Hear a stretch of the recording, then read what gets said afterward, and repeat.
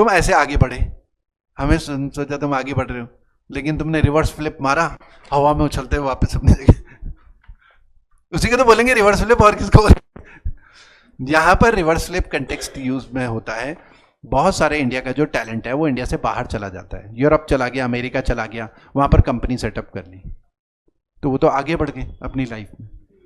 लेकिन वो companies, Indians अलग अलग जगह पे जो बड़ी बड़ी कंपनी खोली है, वो वापस इंडिया आ रहे हैं, रिवर्स फ्लिप, इंडिया वापस अपनी कंपनी को वापस इंडिया में सेटअप कर रहे हैं, उसे रिवर्स फ्लिप बोलते हैं। ये टर्म यूज होती है क्योंकि ये इसलिए हो रहा है क्योंकि इंडिया में ना better ease of doing business हो रहा है, मतलब माहौल बन गया है बिजनेस के फेवर में,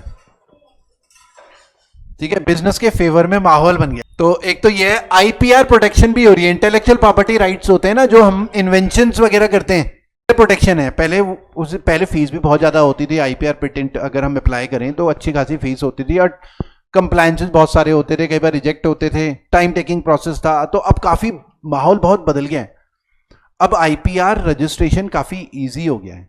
जब भी कोई हम इन्वेंशन करें वो कंपैरेटिवली बहुत इजी हो गया और कम फीस भी हो गई है, ठीक है। तो अब क्योंकि ईज ऑफ डूइंग बिजनेस हो गया है, आईपीआर हो गया है, ठीक है, और इन्वेस्टर्स भी अब मिल रहे हैं, क्योंकि देखा होगा टीवी में वो क्या है, शार्क टैंक इंडिया, तो लोग अवेयर भी हो रहे हैं पैसा इन्वेस्ट करने को लेकर, तो इन्वेस्टर्स के भी मिलने के चांसेस हैं, तो अवेयरनेस भी बढ़ती जा रही है। तो इसलिए जो इंडिया का जो टैलेंट है, जो ब्रेन ड्रेन हो गया था, बाहर चले गए थे, तो रिवर्स फ्लिप मार के वापस इंडिया आ रहे हैं। उन्हें लग रहा है अब इंडिया में भी बढ़िया माहौल है, अब हम तो फालतू गए थे बाहर, बल्कि बाहर ही माहौल खराब कर रखा एक ने, अमेरिका में, ठीक है। हाँ, तो कहाँ गया? हाँ, सी आंसर हो जाएगा ना, shifting holding company domicile to India, वापस इंडिया की तरफ आ गए। हाँ, समझ आया।